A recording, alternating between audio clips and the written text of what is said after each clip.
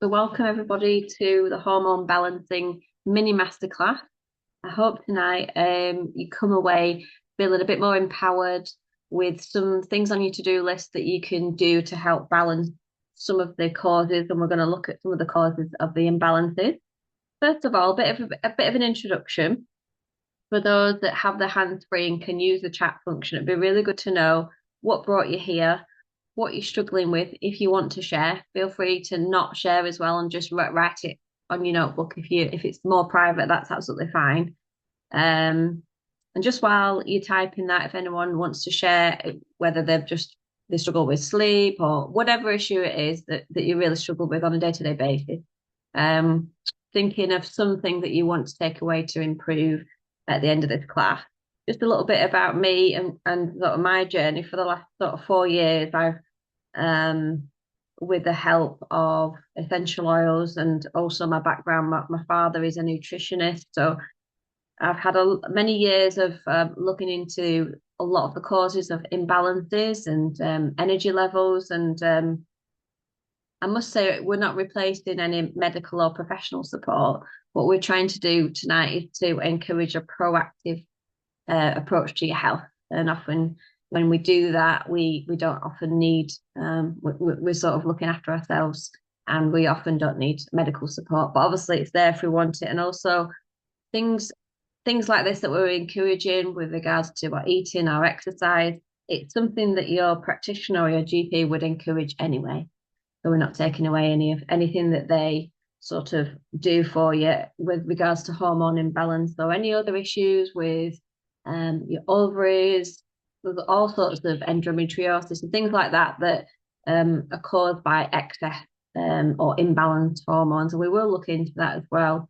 But yeah, most of the things tonight is working alongside what you're already doing. And it's a bit of a lifestyle overhaul. So I'm just going to have a little look at some of the chat there. Lovely. Yeah. And it's great to see some people that are on HRT. There's so much more you can do alongside that to support yourself. Managing feelings of overwhelm, tearfulness, moods, sleeping. We're definitely going to cover all that tonight. Thank you for sharing that. Lovely. Okay. Right. So for a kick, just to kick us off, we want to share some of the causes of imbalances. Now, we mentioned some of the symptoms, like there could be things like fibroids, PCOS, endometriosis, uncomfortable heavy periods, bloating, hot flushes, mood swings, as we've talked about, and just a general imbalance. So, what we want to look at is the root causes of these so we can balance them out and come away with things that we can do to sort of balance those imbalances, if you will. So let me just share. I did want to share my slides, and for those, can I just ask as well, does anyone on here not use doTERRA essential oils? If you can just put no, if you don't use doTERRA essential oils, that'd be really useful because it will just help us to see if we need to do one particular slide on the safety aspect. So if you haven't used doTERRA essential oils in particular, just put a no in the chat, and then it might be really useful because we can share a little bit about it on one slide. No, that's good. Thank you, Candy. Yeah, okay. Lovely. So I'll start by just sharing the beginning slide, especially for those that maybe are not familiar with essential oils, because although we're covering the whole lifestyle, we are covering how essential oils can help us as well. So let's start there. Okay. So this is what we're going to look at tonight. We're going to cover quite a bit, but nice and steady. Nothing too deep because we've got more to share afterwards. So the root causes of imbalance, definitely looking at that, how essential oils can help, how we can blend essential oils and use it to support hormone balance, the importance of nutrition, stress, sleep, and the role that sleep has in hormone regulation, exercise, some of the supplements that we can use to help our hormones and our body work better, and then some lifestyle steps that you can come away with to think, actually, I'm going to do maybe 3 things from this class that you can take away with you think, right, I'm going to do that, and that's going to make a massive difference to my cycle, or if you don't have a cycle, your hormones in general. Okay, just a little bit about purity. So when we're discussing essential oils in this class, we're talking about doTERRA certified pure tested grade oils. And the reason for that is because they are the gold standard of essential oils. As you can see from here, from the slides, the research has shown that 2/3 of lavender, just talking about lavender in itself, on the market are either contaminated and of inferior quality. And we know that lavender particularly has been chosen and has been tested, and peer-reviewed published studies have confirmed that lavender is the gold standard for its purity and consistency, and there's no comparison. So whenever we're showing a blend or something on here, we're always using doTERRA essential oils because we want to use it for our health and our well-being, and anything that goes on our skin or breathed in, we want it to be in pure form. So as in lavender, it's steam distilled from the flower head of the lavender into the bottle with nothing added, no chemicals. If we were to pick an essential oil up from the shop, we don't know what's been added to it or adulterated, and that could actually mess with your hormones. So we're talking about essential oils to balance hormones, not to mess you up. That's why we need the pure stuff. So we're not talking about any other oils. And there's lots more studies and reports that we can show you just to really help you to get some concrete evidence on the fact that, yeah, doTERRA, we could sort of rest assured we can use it in a healthcare setting. So some of the imbalances that you've mentioned in the chat tonight, things like fatigue, we mentioned mood swings, sleep issues. These can be a result of hormone imbalances, and it's really important that we understand what is the root cause behind it. A lot of the reason is it can be we're chronically stressed. Our lifestyle is absolutely just constantly in a stressful state. We have increased cortisol, and we know increased cortisol, we're in that sort of fight or flight state all the time, and that can steal our progesterone. So there's 2 hormones mainly that we'll talk about, progesterone and estrogen, in tonight's class, but obviously we all have hormones like insulin and cortisol and many more hormones that affect, you know, all our function of our body and our metabolism, our thyroid function. But particular progesterone is one thing to remember, or just maybe write this down, that progesterone is a hormone that you really want to savor and hold on to. It's the calming hormone, and it can help with mood swings. It's just a really chill hormone, and it can help with our libido and things like that. So decreased progesterone is significant coming up to perimenopause and beyond. And often one of the reasons is women are in a highly stressed state, the lifestyle, they're maybe working many hours, looking after a family, and just trying to keep all the plates spinning. So high in cortisol and low in progesterone. Another reason could be poor diet, processed food. That can really have an effect. We'll look a bit deeper as to how our diet affects us, because often you maybe think, oh, it doesn't matter what I eat, but actually that can have an effect on our hormones. And a biggie is environmental toxins, chemicals, and endocrine disruptors. Again, we'll look at that next. Things like lack of sleep can have a real bad effect on our whole endocrine system, which is our hormonal landscape in our body. And poor gut health can have a real bad effect. And also a sedentary lifestyle as well. If we've got an office job and we tend not to do much else, even though we're not a lazy person, it could be that we have a sedentary lifestyle, and that can really affect the way our body deals with our hormones. And we'll look at how exercise can really help, and sweating can really help us to break down any excess hormones, and it can be really good for balancing. So just have a little look through those and think are any of those a factor in your life? And any of those affecting you?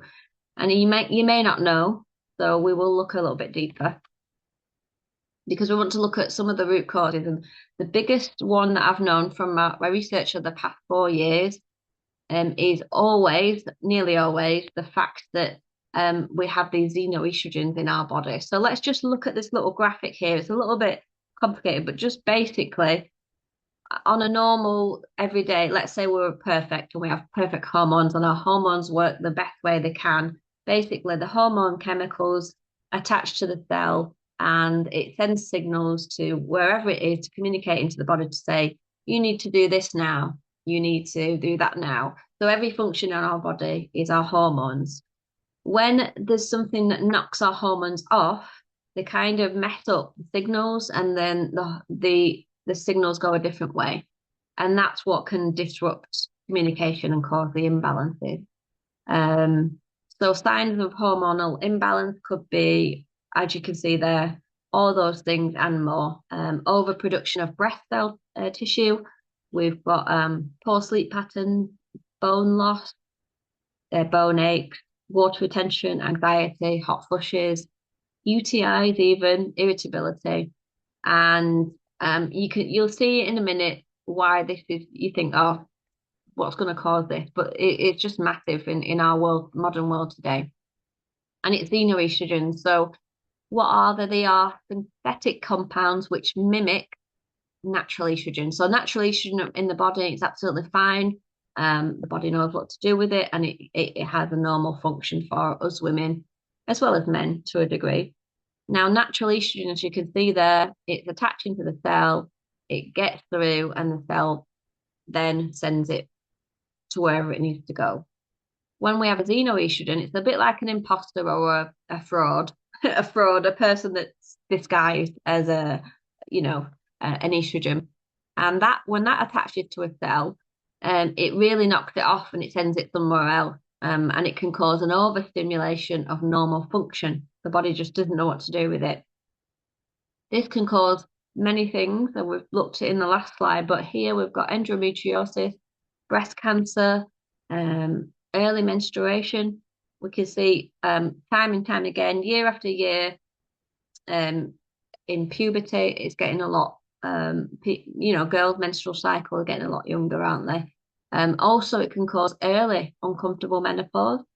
And like we said, overproduction of breast tissues in men and women because of these fake estrogens. It can also cause infertility as well.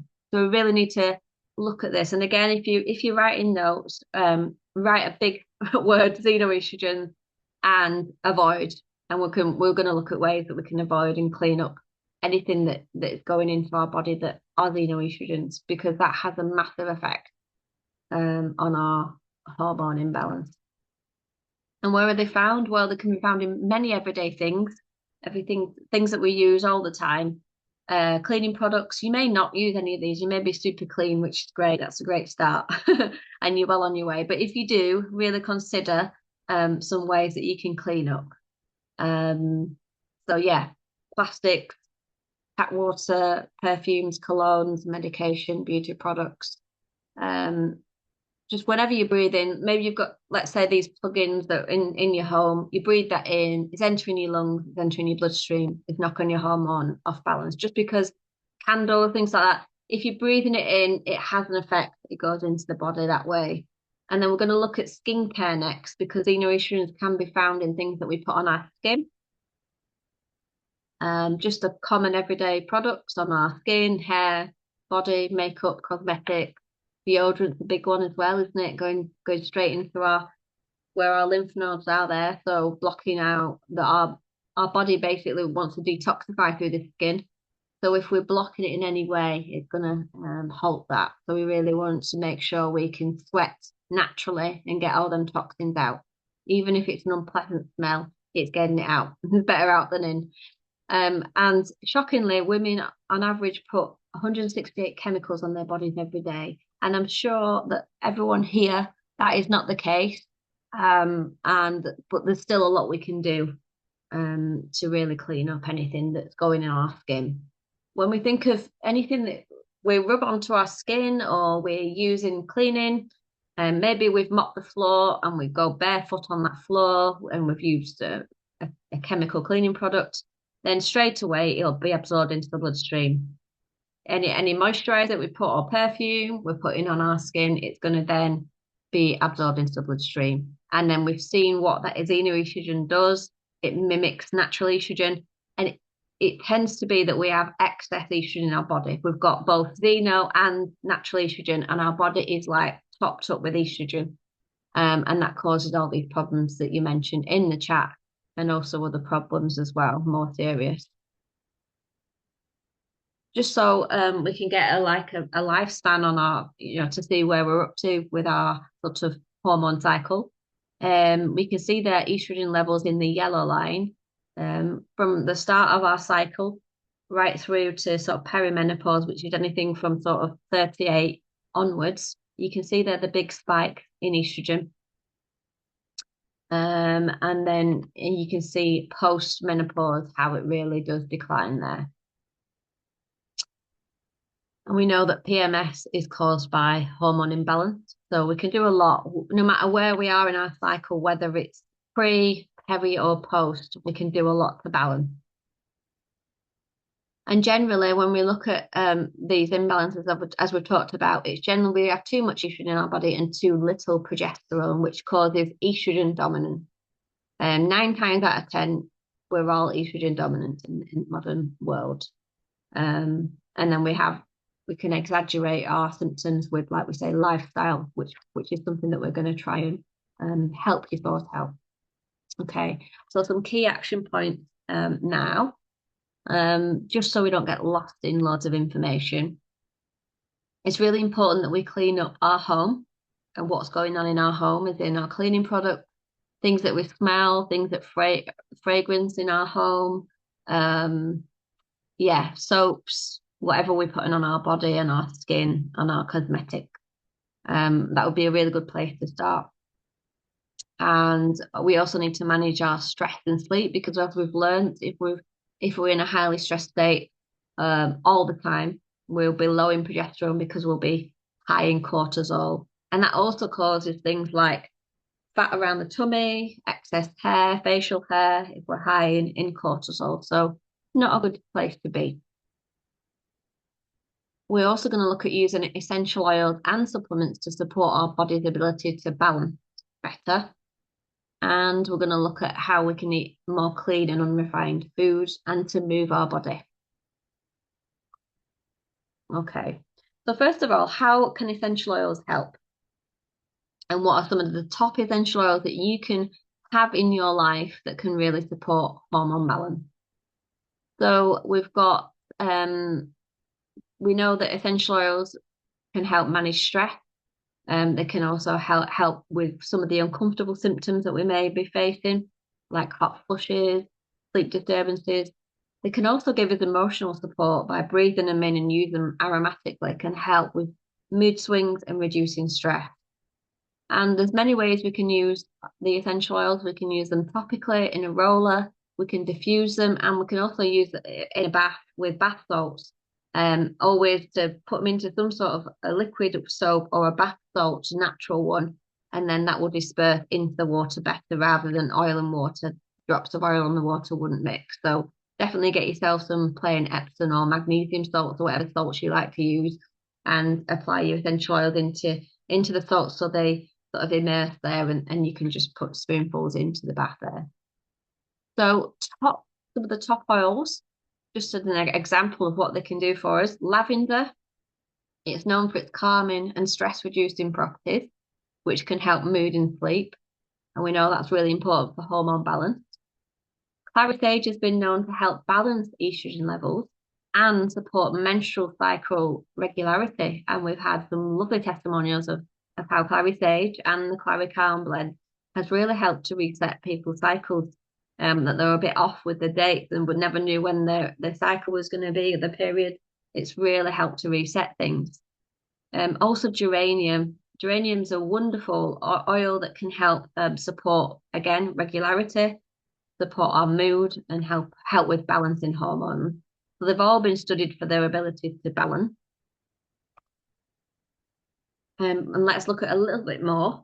So clary sage known to balance hormones and reduce hot flushes. Lavender calms anxiety, improves our sleep, and helps to reduce mood swings when used regularly, breathing it in. Peppermint is brilliant for helping alleviate hot flushes, but also tension. We often get maybe get hormonal migraines and headaches. Peppermint is amazing to help. And a really simple way to use peppermint is just to, obviously, for energy, just put a drop on your hands, close your eyes, and inhale for a few seconds, but also to dilute it and pop it around the temples, around the neck, and wherever the tension is, whether it's the back of the neck, back of the ears, and that can be so soothing for the tension there. Frankincense supports everything, and we know if our cells are out of balance, frankincense can support our cellular integrity in our body.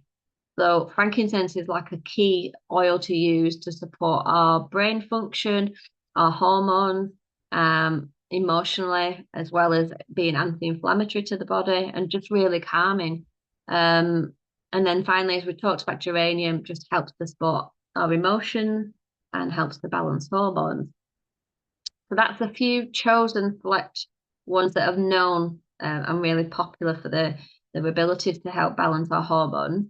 And there is also a blend called Clary Calm, which combines things like geranium, lavender, clary sage, bergamot, and fennel, and all the other oils that have been studied for their abilities to balance. So if you're looking at an all-in-one, I would definitely go for the Clary Calm. If you prefer to make your own blends up, then I would suggest these few to mix and match and make your own rollers. And we're going to look at some of the recipes using these five, I would say about five key oils there that can really support you.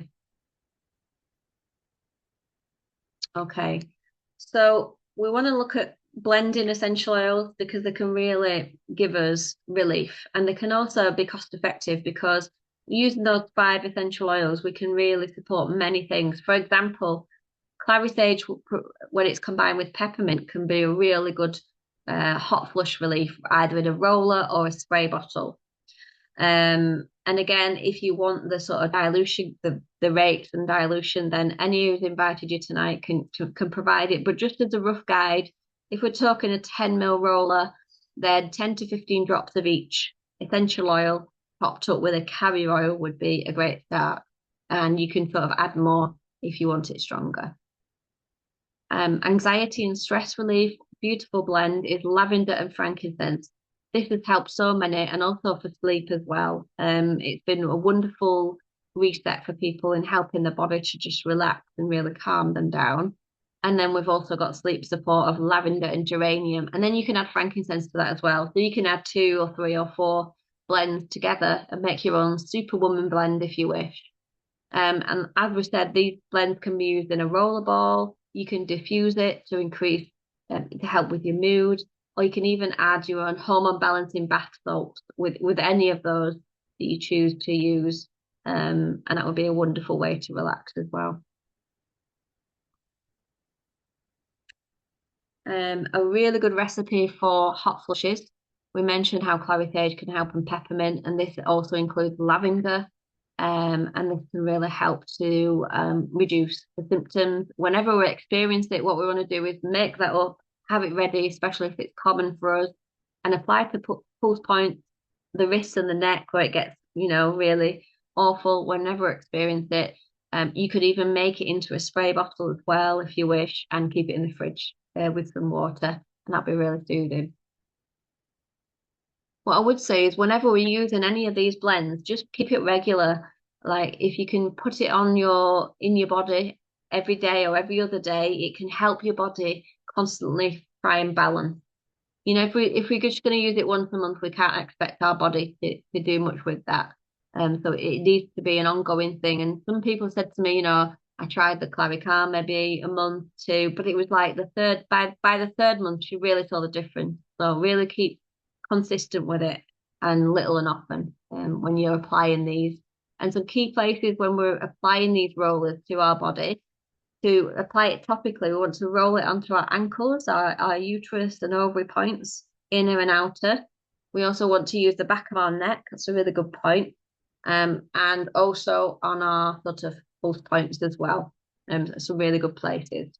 For aromatic use, for our mood regulation, whichever oil that we're drawn to on that particular day, and it could be different every day, we want to apply a drop to our hands, rub together, and inhale with some big deep breaths for about 30 seconds. That could help to reset our mood and just to help our happy hormones to be increased. And we know that lavender and other oils like that can really support that. A lovely stress and anxiety diffuser blend. You may want to try. And bergamot is a beautiful citrus oil that can really support our mood and our sort of serotonin levels. So lavender, frankincense, and bergamot. If you haven't got bergamot, then lemon or wild orange would be a wonderful replacement to that as well. Diffuse for 30 to 60 minutes just to create a calming environment and to help you relax. Be great at bedtime as well. Okay, so for emotional support during hormonal fluctuations, which may be all the time for you, or maybe just a few weeks before your period, would be using lavender, geranium, and frankincense in a small roller bowl. That is a small because it's 5 drops. It may be a 5 ml. You may want to double up the drops if you're using a bigger roller bowl if you want it stronger. And again, applying it to pulse points to use. And also during that time, if you've got uncomfortable symptoms, cramping during that time of your menstruation, you may want to roll it under your abdomen, a little massage, and also apply a hot compress, like a hot water bottle, just to help really comfort that area. And that's going to be really good. And don't forget the power of peppermint for cramps as well. But all these are really anti-spasmodic, so it can really help with the pain and to calm us down as well. And these can be used from children, at the start of the cycle, from sort of 11, 12 years upwards. Obviously, you can use less of a dilution, more of a dilution for them and make it stronger for yourself. But all these are beneficial for everybody. And your body's only going to help be balanced by these. Another one there, very similar, clary sage, geranium, frankincense. I think you're getting the gist that these 3 are wonderful for hormones. So you can do so much with it, whether it's in the bath, in a roller, or in the diffuser. And that can really help with things like irritable feelings, mood swings, which we maybe get just before our period. Or even if we're past our period time, we still get these mood swings, don't we? So that'll be useful. Okay, so we're going to look at the importance of nutrition for hormone health. And it's really important that we eat whole, nutrient-dense foods that support our hormone balance and to focus on healthy fats, fiber, protein, and micronutrients, and to avoid processed foods and sugar. We probably all know this. It's like, this is boring. I already know what I need to eat. Things like leafy greens, avocado, nuts and seeds, and high-quality protein sources will help our body to make the hormones it needs. And I think the healthy fats that's found in avocados particularly, we need that to make progesterone. So if we've no fat in our diet, we may be lacking in progesterone. So make sure we have the healthy fat. Ignore the advice on a low-fat diet. It's rubbish. It just means no seed oils and all the rubbish fats, doesn't it? Not the healthy fats that are from nature. So keep eating your avocados and your nuts, and it's all good in moderation, of course. So we're going to look at how we can manage stress for balancing hormones. And we've seen at the beginning that if we're high in cortisol, stress elevates that, and then that disrupts our hormone balance. So let's look at ways we can manage stress.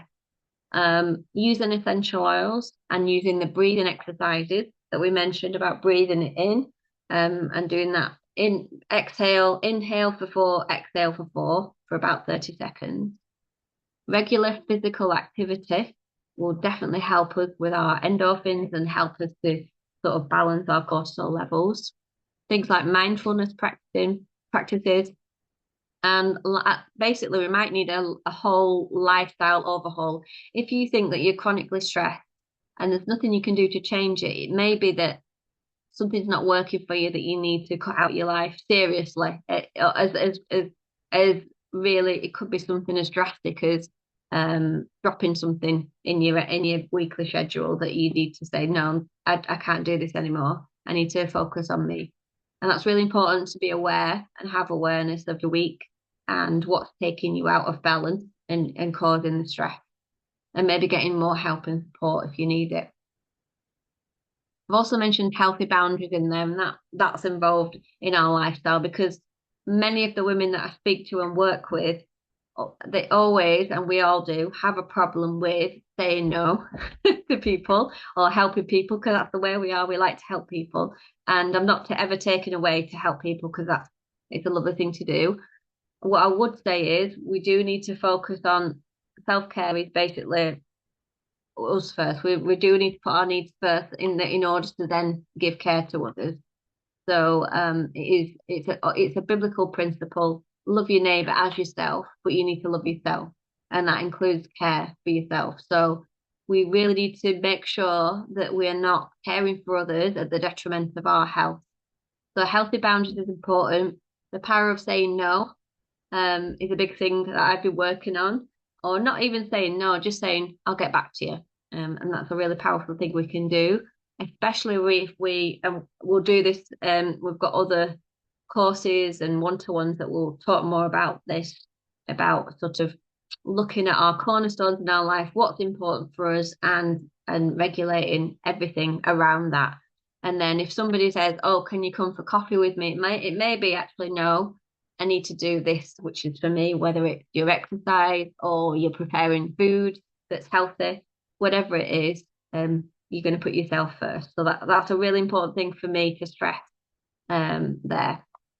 And that goes with the priority overview as well. What sort of 4 or 5 things in your life mean the most to you? It could be your family, your spirituality, your work, your friends, and that's it. And anything else that's outside of that is actually, I need to think about this. Okay. So we've looked a little bit about how stress can cause hormonal imbalance, but just to really hit home about it, some of the research that's done here. So if we have chronic stress and high cortisol, it can disrupt the balance between estrogen and progesterone. This will potentially lead to irregular periods, heavy periods, or even a missed period. So this is if in a sort of chronically stressed situation. If we have elevated cortisol, it can interfere with our thyroid hormone, T4, for the active form T3, potentially leading to thyroid issues. And high cortisol can lower our testosterone, which can affect our libido and energy. Muscle mass, and we know even as women, we do need testosterone. It is important for us, not the same level as men, but it is essential for us. And also insulin. So cortisol can increase our blood sugar level, which can interfere with our insulin sensitivity and our risk of diabetes. So really important to sort out our stress. And always remember this, if you want to write this down, stress trumps sprouts. So basically you can eat all the green food, take all the supplements. If you're in a highly stressed state, all that doesn't matter. It just takes it all away. Okay. So just a little bit about sleep. We know it's vital for all our body systems, but it's also vital for us to produce hormones and also to help us to recover as well. So it's really important to get ourselves into a nice routine, be as consistent as we can, and create a relaxing bedtime routine. And we've got some suggestions on the next page for that. And always use CPT essential oils. If you don't use them all through the day, definitely use them at night time. Your body will really benefit, and it's going to use it, and it's going to do so much good during your sleep to really help to balance when you wake up. Okay. And we've got a lovely sleep support bath soak. We talked about Epsom salt. So as a guide, 1 cup measure of Epsom salt to 5 drops of essential oil, and you can mix and match. So you could have 5 of lavender, 5 of geranium, whatever you choose. You can add a little bit of carrier oil in that and then just mix it all in. Keep it in a glass jar in your bathroom, and then you can pour it into warm water and have a really nice hormone sleep soak before bedtime. and that can really help with things like insomnia and just relax the whole body because you're having a really good soak there. And essential oils for sleep. So a little bit sort of some suggestions using essential oils, but also the Serenity Restful Complex. And this is like a calms, like a herbal extract. And as you see there, you can have a little read at yourself. It will show you what's in the Serenity soft gel, very different to the actual oil. We've got L-theanine, we've got lemon balm, so very calming, chamomile, and it can help to aid relaxation without drowsiness. So can also help with melatonin production there as well. So have a little read or take a screenshot if you wish of the Serenity soft gels. You can take one or two of those about half an hour before getting into bed. And if you do wake up in the night, you can take another one as well and help your body get into that relaxed state. But as well as that, so this is like a sleep complex, a sleep routine. We want to help to calm our body internally. So that's why we'd say take a soft gel. We also want to use any of the oils that are mentioned there, and we want to apply a drop or two to the palms of our hands, as we said before, rub together, cup it over our nose and mouth, and take some big deep breaths for 30 seconds. Any excess or add some more and put the remainder on the back of your neck and your feet. You can even add it to your pillow if you wish, or make a pillow spray. When you've done that routine, obviously go to sleep. And if you do wake up, just repeat, rinse and repeat, because what you're doing is you're trying to get into aromatic anchoring. Your body and your brain will relate these smells to sleep and rest. And eventually, after a few days, it may just smell that and think, oh, sleep. So that's a really good sort of hook for you if you do struggle with sleep. And any of these oils have all been studied for the sedative properties. It's just pick your favorite. I'll pick a couple together and they can really support you. If you want sort of, I would say sort of better for cedarwood, lavender is all in Serenity plus more. So Serenity kind of has it all in one. Or if you prefer the single oils, then that's entirely your choice. Okay. Just a little bit about exercise. We can't go on forever, but we know that, well, I didn't really know this, the importance of strength training to build muscle and sort of getting into a sweat and raising your heart rate helps to support hormone production, but also help it to metabolize hormones as well by sweating. If we can sweat, it's our detoxification method. So and obviously things like Pilates and stretching supports our stress and flexibility. Strength training is really important as we get older, isn't it? Because if we don't use it, our muscle mass can reduce. And exercise helps to regulate our hormones such as insulin, cortisol, and estrogen. And we need to do that, don't we? So it's a key element in our hormonal health is exercise. A little bit more about it, how it can help us managing our insulin levels. It can help, like we said, with cortisol. And this is interesting with the estrogen and progesterone. It says some studies suggest that exercise can reduce circulating levels of estrogen, particularly in women, and it can help to improve the metabolism of these hormones, the breakdown of them. And because we don't want them circulating in our body stuck, we want to get them out and moving. And also, exercise can positively impact a thyroid hormone balance. So that's essential for our metabolism. We want our metabolism to be healthy, don't we? Because that affects everything, our weight and our energy. Okay, so we're just going to look at a few little sort of key supplements, vitamins that are really supportive of our hormone health. Magnesium, because it supports cortisol regulation and it helps our muscles relax. Vitamin D, really important for our immune health and hormones. There's so many more vitamins we could talk about, but we'll be here all night. So I just wanted to point to a few. And then we want to be looking at adaptogens that help our body adapt to stress. Things like ashwagandha, ginseng, cordyceps, and also gut health is really important. Gut health affects everything, doesn't it? Including our hormone metabolism. So just a couple of slides on some of these supplements that are key in really helping us with our energy levels. So we've got the Better Power Mito 2 Max, and these contain the blends that we talked about, the adaptogens that are key for people, for women of menopause age. And it helps with energy, cognitive function, stamina. So very adaptogenic for the body, and can reduce fatigue, support mental cognition and memory.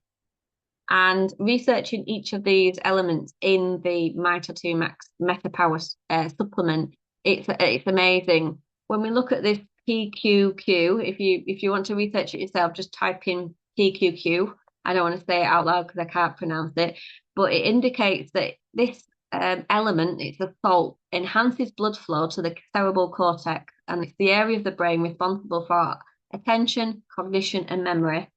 And then we've got L-carnitine, which is known to be neuroprotective. It's cognitive enhancing, antidepressant, and helps to modulate our immune system. Quercetin, we know it's a flavonoid. It's got antioxidants. It can help with free radicals and things like that. There's just so much. It's like I just need to sort of highlight a few of them because we can go on forever. But if you look at cordyceps, the mushroom from the mushroom family, and that's in this blend, it says researchers explored the potential to enhance athletic performance, decrease fatigue, and increase libido. And then we've got ginseng, which helps in so many ways, and particularly for blood sugar. I take this every day. I take 2 a day, and I was a person who was sleeping in the afternoon, very fatigued and brain fog. This has sorted it all out. I feel much sharper mentally. I have energy. I'm running around till whenever at night, and it's been a game changer for me. So I would definitely recommend, if you feel like you need a boost, use this adaptogenic energy natural blend. It's called Mito 2 Max Meta Power. And then we talked about gut health. So it's really important that we restore throughout our life. We're sort of born with the probiotics and prebiotics in our gut, but then over time through antibiotics and lifestyle and diet, we can lose a lot, and that affects our cognitive function. It affects everything. We know we need a big diversity in our microbiome. So PB Restore is probably, I'm not just saying that, but from the research, one of the best on the market. It's live. And if you look at the little capsules there, they're dual encapsulated. So then when it enters into the stomach, the acid doesn't destroy it. It can go into the intestine and flourish with all the beautiful bacteria in there. So it's dual encapsulated for a reason.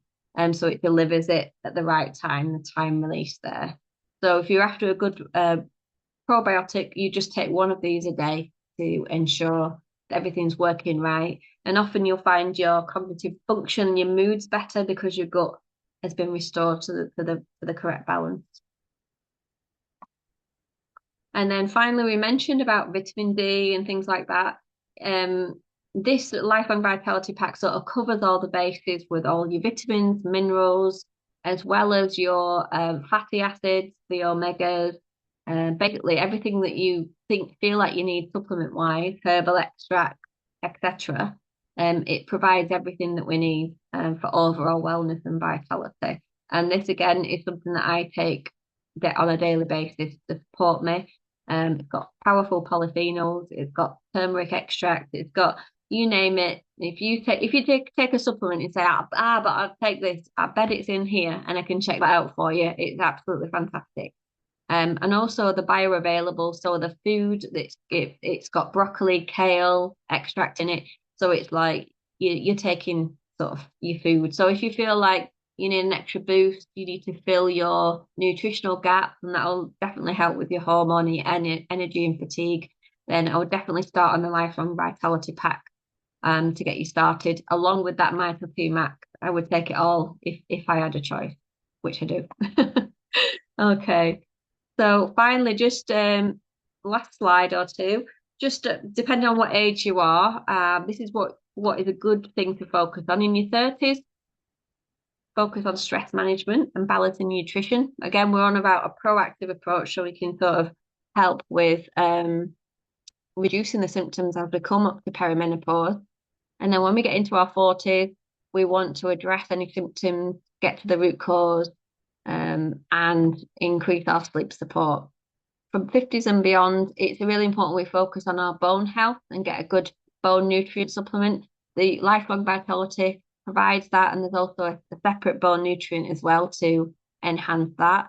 We know that as estrogen declines, our bone density declines. So it's really important to have strong bones and take a good supplement with the vitamin D in, but also a bioavailable one. So we trust doTERRA as the brand for giving us all this whole food supplements that are completely regulated. Also, it's important to manage our menopause symptoms and detoxification. Again, there's so much to learn, but not to overwhelm you. There's a lot of things that we can address if we do a one-to-one afterwards. So some actionable steps from this. Look at changing up your routine. Look at maybe some of the toxins that are still in your home that you can swap out.